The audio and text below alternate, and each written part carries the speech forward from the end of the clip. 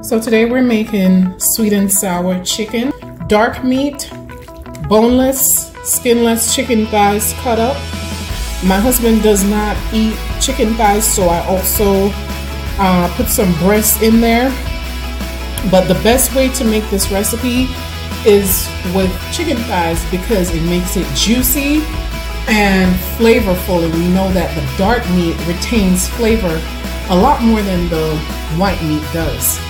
And so I'm going to take this in stages. I'm going to go ahead and tell you how I prepare the chicken, and then we're going to do the sauce. So let's jump right into it. So first, the chicken, going to need some salt. And with Chinese cooking, you do not use a lot of flavors for your base on your meats. You just lightly season. So you wouldn't go and put any seasoning salts or anything like that. You're just going to basically use salt, some garlic powder,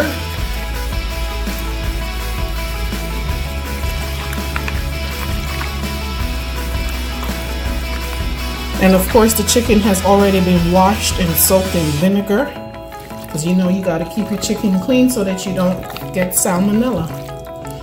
And I'm going to add some white pepper, onion powder, just so that the chicken can have some underlying flavor. So that's going to be the base seasonings for our sweet and sour chicken. So this batter consists of all-purpose flour, regular cornstarch, baking powder, not baking soda, but baking powder. I put some white pepper in there, and I'm going to add a little garlic. Now the baking soda, the baking powder and the cornstarch are absolutely important, as this is what's going to give our sweet and sour chicken that crunchiness.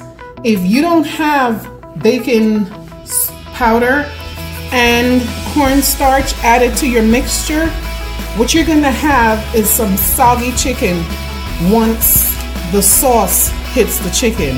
So you want to make sure that you have that mixture going so that your chicken will be nice and firm and crunchy when the time comes. So to this mixture, I'm going to add some cold water.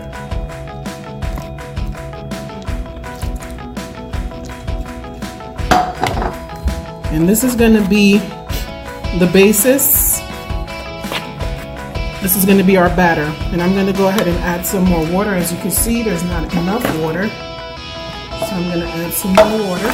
You see, it's all smooth, no lumps, and that's what we want. So I'm going to go ahead and add our chicken into this mixture. And we're going to coat the chicken completely with the frying portion, which will be half hour after this has settled. Of course, you won't see that because we're going to edit the video so that you're not sitting waiting for half hour. And I'm going to bring you back when I'm frying the chicken. Right now we're going to cover this up. Properly coated chicken, we're going to cover it up for about half hour, let it soak. Okay, so I actually decided to drain off some of the batter, and we're back again.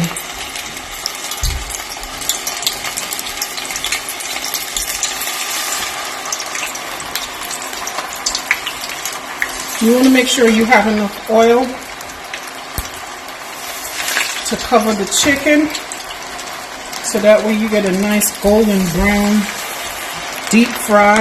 And let me tell you, I tasted one of the ones that I took out, and oh, it was so delicious. I'm going to taste one and show it to you in a little bit. I'm going to cut one in half, I should say, and show it to you.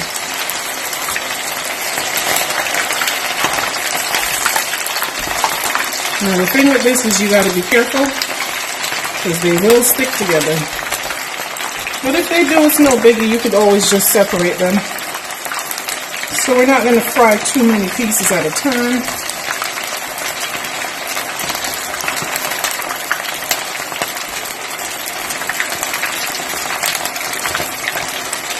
To show you what my chicken is looking like so far. Look at that golden brown color.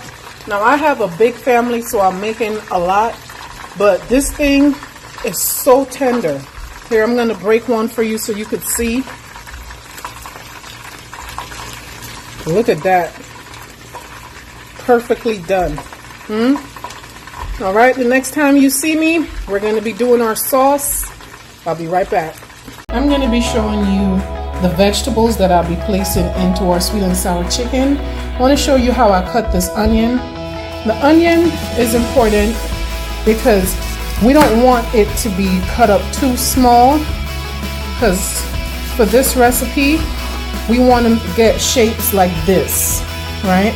So we're gonna cut it and then we're gonna just like cut it some more, but we don't want our pieces to be too small, so we want it to look like this, okay? These pieces are just fine.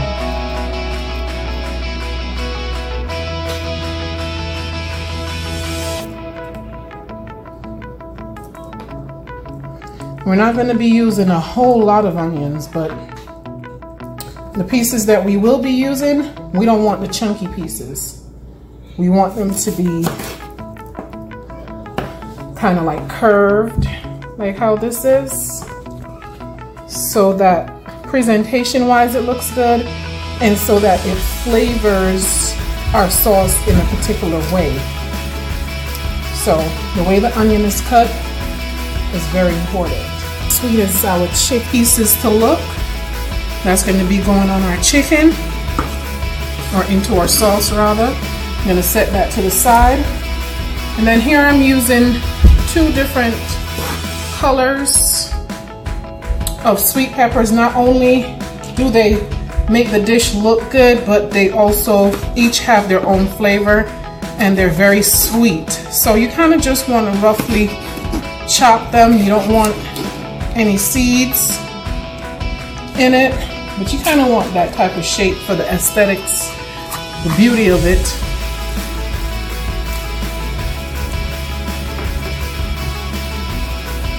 No biggie.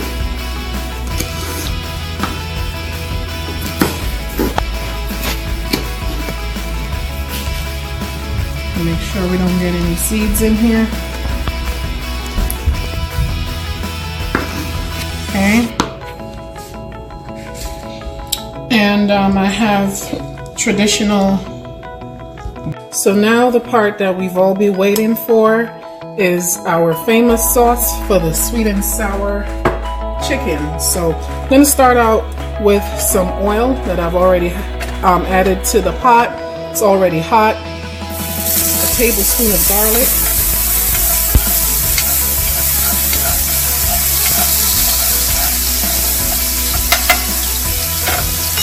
I'm going to turn down our heat so that it doesn't burn.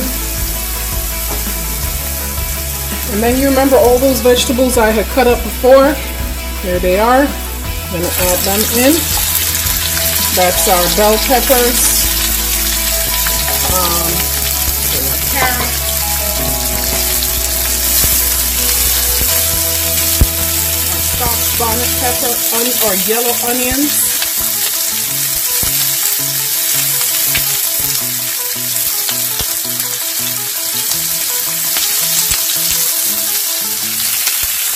And I'm going to cook this on low heat because technically I should have cooked each ingredient somewhat separately. Like the onions only need to be cooked until they're translucent. You don't want to have mushy vegetables. So because I didn't do that, I'm just going to keep stirring until everything is evenly heated.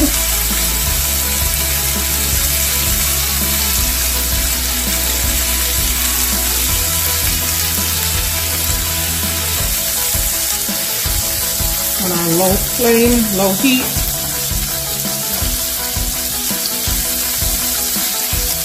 Got our green onions, our bell peppers, our carrots, Scotch bonnet, smelling good. All of these things are very aromatic. We don't want it to be too mushy, so we're gonna move right along. I have here some pineapple chunks, which is a big part of sweet and sour chicken. We're gonna cook those, get a nice little toast on those, a nice little sear on them.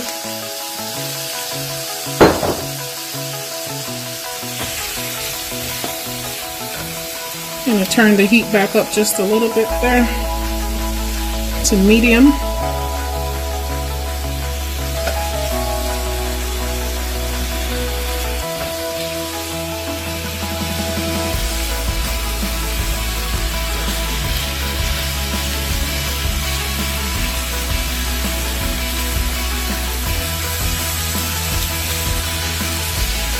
Alright. It's going to be so delicious.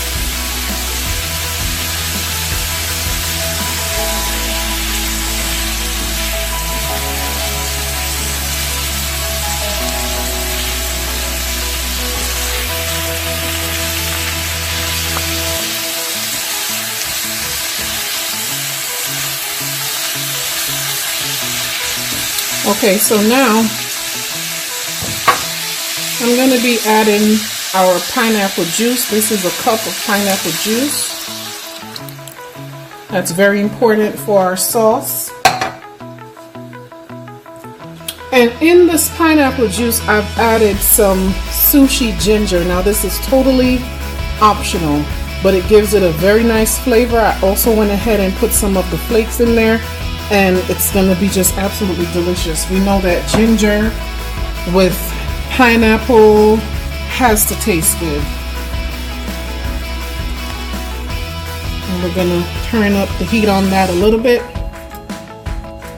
I have it turned up to a 6. I don't know what kind of stove you have, but mine has numbers, and 6 is kind of like a medium high, I would guess.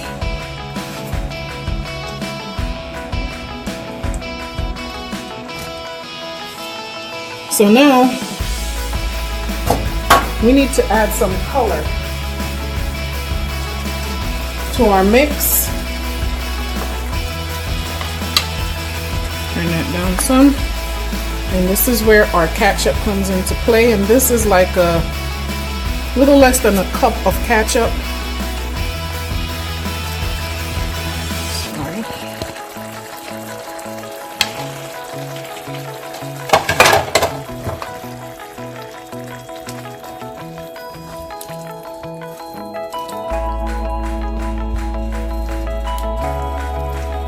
Starting to build color already.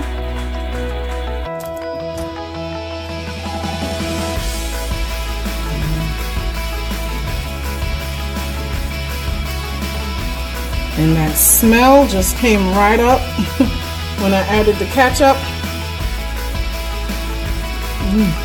It already tastes good. And I haven't even put my other ingredients in there as of yet.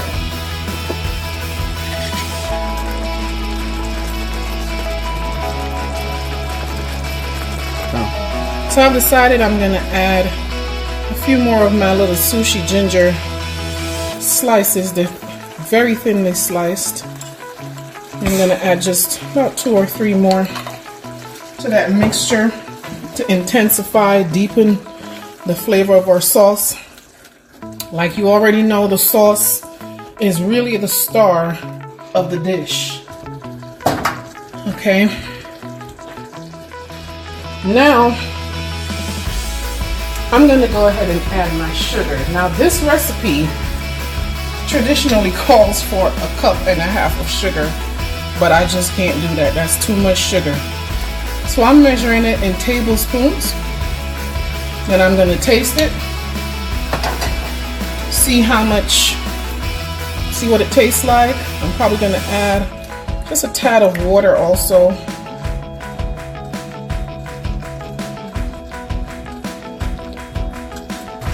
And our sauce is coming along. I'm going to add less than a teaspoon of apple cider vinegar. The apple cider vinegar is very strong, and we don't want to spoil the taste of our lovely sweet and sour sauce that we got going here. Delicious. And I'm going to go ahead and I'm going to add just a drop or two of red food coloring so that we can enhance the color. You don't need a lot because it's very potent. See, that was just like a drop, and it drastically changed the color. It's super red now, which is good. Not super red, it's the right color red.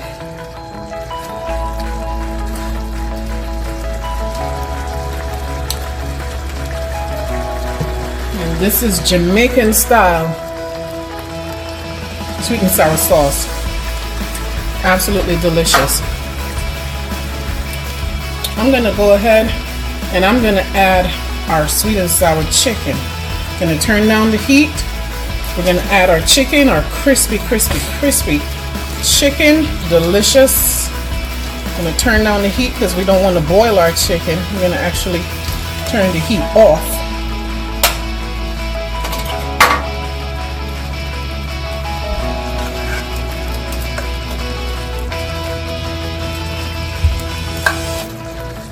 And then we're going to mix, we're going to cover or coat our chicken with this lovely sauce.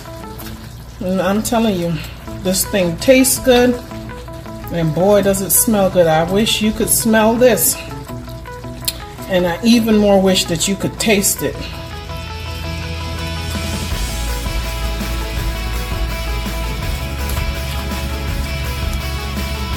I didn't put all of my chicken in here.